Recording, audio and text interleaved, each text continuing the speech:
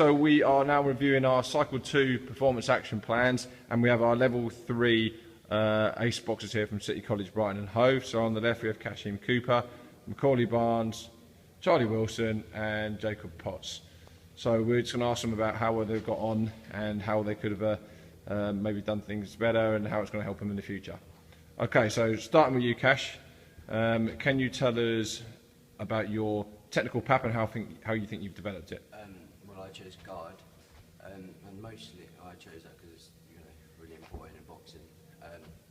Mostly what I did was shadow boxing and just doing like basic combinations like 1, 2, like hook, and I would always keep my guard in the same place, right hand up, left hand up.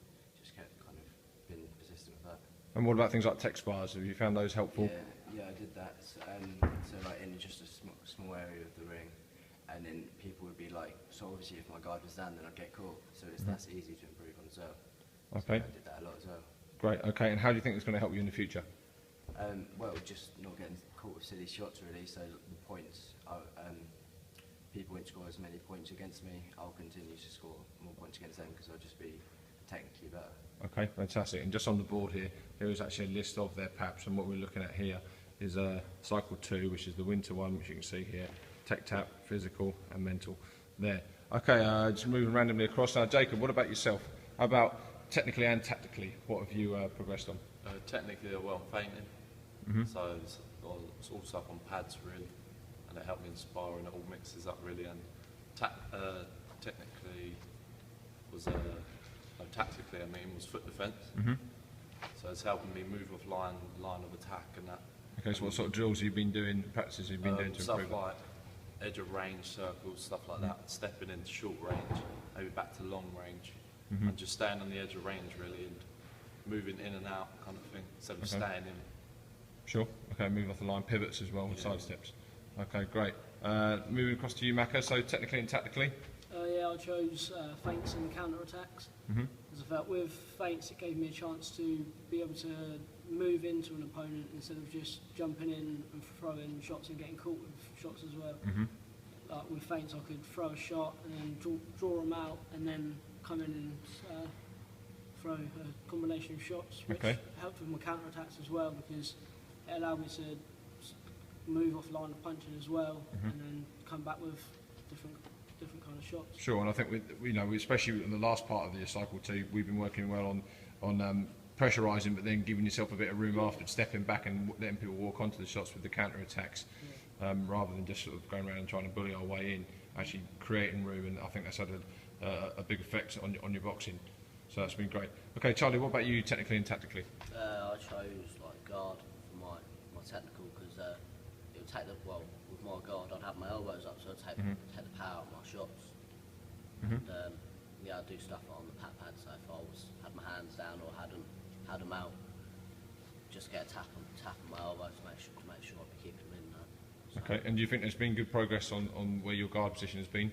Yeah, definitely. Like just over the cycle. Cycle 2, yeah. Been alright, yeah. Okay, so from my point of view, again, I think the last part of the cycle has really kicked in.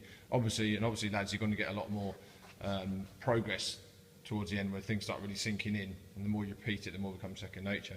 And those elbows are tucked in more, which means your lead hands are further away from each other, which means you can see what you're doing, and you have a lot straighter shot, and you're not going to get caught by silly shots over the top or underneath. Okay, so that's been great as well. So just moving on to physical then, lads. So Macca, we'll start with you. Your physical, Pap, how well have you gone with that? I chose to do flexibility. Stretching before and after a session using static and dynamic stretches just allows you to loosen up before a session so that you're feeling a lot more sharper and better with better agility, and then stretching after a session just helps to increase the flexibility in the muscles and that. And I believe it's helped me with my power and my agility around the ring. I feel a lot lighter on my toes as well, just because of my flexibility. And have you actually recorded more of more flexibility on your sit and reach? Yeah, I have. I think improved quite dramatically over the Cycle 2. Sure. Okay, that's great. Moving across to you, Cash. What about for you physically? Yeah, I chose hand speed. My hand speed was already quite good, but I wanted to improve it a lot more. With this, I used a lot of like resistant bands, and then I just kind of wrapped them around, and I did say 30 punches as fast as I could, and then I'd have a little break, and then I'd go again, and then it helped all the fast twitch muscle fibers. Okay, what sort of ratio from rest to work were you working? I was just 4 to 1 really, so you know, I wasn't working too hard, so I wasn't working slow twitch for the muscle fibers. Okay. And we're going more anaerobic or muscle endurance, so I wanted to work it being quick, snappy. Okay, fantastic. And do you feel that you've had a lot more snappier with the shots? Yeah, a lot more. Okay, that's great. I think there has been a lot more snappy in there. Used to be kind of at the start of the cycle, remember each shot counted, it was very hard when it landed, but there was less workload because you weren't landing as many of those hard shots, so it's more. So now it's faster shots and you're actually landing more shots, which is obviously a lot more important. Okay, Charlie, what about yourself physically? I chose to do strength, so yeah, so obviously working with the power of my shots, and chose to improve that by doing my S&C program, doing that like 2-3 times a week, and yeah. What kind of exercises, especially for those shoulders and chest, that you've been doing? I'll also be doing stuff like just on the chest press, or I'll be doing press ups with weights, Okay. bicep curls and stuff like that. So, and a lot more free weight stuff as well. Yeah. You've been doing recently with the dumbbells, double dumbbells, chest presses, the double dumbbells, and you know, we just mentioned today. I think there's been a lot more power coming from the pads. I can really feel it's not so much flicky and annoying shots. It's more hard and concussive, painful, hurtful shots, which is, you know, very important. You've got to be able to discourage people with the power of your shots. Okay, and Jake, your physical ones. Working on hand speed, the same as Cash. At Felbridge, I've been working with like hand weights kind of thing, so like 0.5 kg, and then moving up slowly to like 1 kg, which makes me feel a lot more lighter and makes me feel like my acceleration's better as well. There you go. That's the key word, the acceleration phase with what you It do. feels like combos are easier. I feel these lots more like muscle endurance as well, punching with them. Sure. It's getting good. And speed obviously is a massive component within power, and because you've been working on that, you know, I'm the first to tell you, the lads will tell you as well, and my elbows will tell you that obviously the speed's coming through, and therefore the power's coming through as well.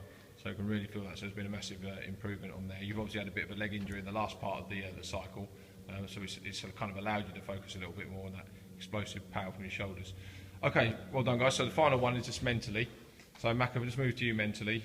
How have you got on with your mental pack? Yeah, my mental pack was handling failure, as I thought if I'd done bad in either in training or a bout, I wouldn't bounce back the way that I'd have wished to.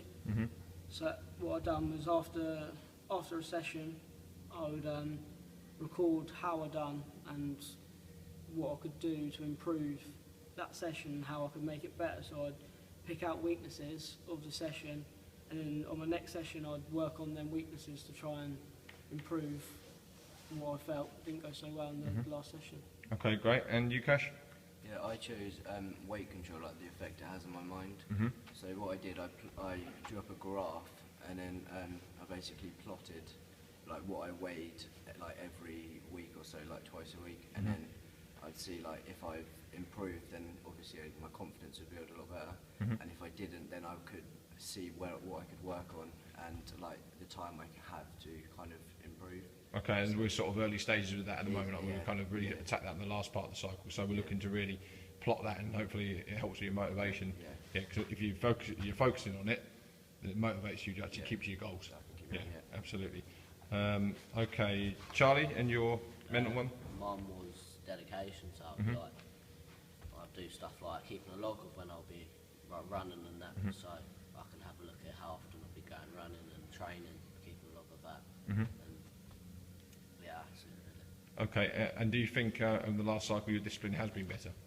Yeah, I think it has, yeah. Okay, well, let's get a bit of testimony. Do we think his discipline has been better, sort of, especially towards the last part of the training cycle too? Yeah, Definitely. especially moving, because obviously he was at Brighton Hove, now he's moved to Molescombe, and obviously you're at Molescombe a lot more now.